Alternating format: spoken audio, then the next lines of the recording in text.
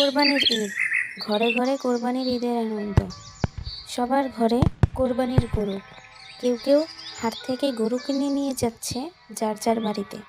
আপু, আমাদের বাবা গরু নিয়ে আসে না কেন? আমাদের বাবার তো আর অত টাকা নেই, তাই গরু কিনতে পারে না। ও, তাই।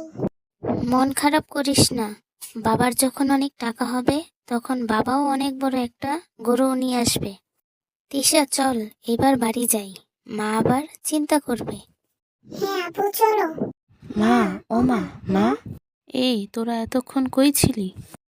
মা, বাবা কবে সবার মতো এত বড় গরু নিয়ে আসবে? তোরা মন খারাপ করিস না, তোদের বাবা একদিন অনেক বড় গরু নিয়ে আসবে। ওই যে দেখ, তোদের বাবা এসে পড়েছে। এবার তোরা গোসল করে আয়, সবাই একসাথে মিলে খেতে বসবো। কি হয়েছে আমার দুই মেয়ের? মন খারাপ কেন? কি হলো মা তোমাদের? মন খারাপ কেন?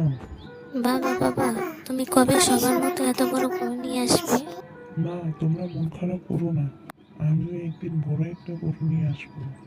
সত্যি বাবা? হ্যাঁ সত্যি।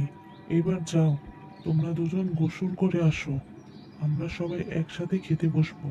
ঠিক আছে বাবা। রাত পোহালে তো ঈদ, ঘরে তো ওই রকম কিছুই নেই, কি রান্না করব। আজকে কাজ করে কিছু টাকা পেয়েছি, সকালে কিছু বাজার করব।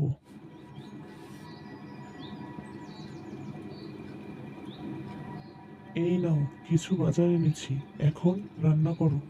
বাবা বাবা, কি এনেছো? এই যে মা, একটা মুরগি, পোলাও, চাল আর এক প্যাকেট সেমাই এনেছি।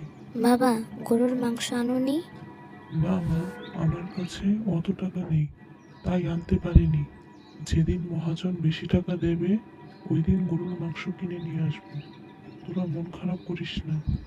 তিশা, চল আমরা গরু দেখতে যাই, সবাই গরু কাটবে। চলো আপু। আপু দেখো, এখানে কতগুলো গরু। দাদু, আপনারা এখানে দাঁড়িয়ে আছেন কেন? এই বাড়ির মালিক অনেক বড় একটা গরু জবাই করেছে, তাই আমরা এখানে দাঁড়িয়ে আছি। দাঁড়িয়ে থাকলে কি মাংস দিবে? হ্যাঁ, তোমরা দাঁড়িয়ে থাকলে তোমাদেরও মাংস দিবে। চল আমরাও দাঁড়িয়ে থাকি, তাহলে আমরা দুজন অনেক মাংস পাবো। এরপর তারা দুজন মিলে অনেকগুলো মাংস পেল। তোরা দুজন কোথায় গিয়েছিলি?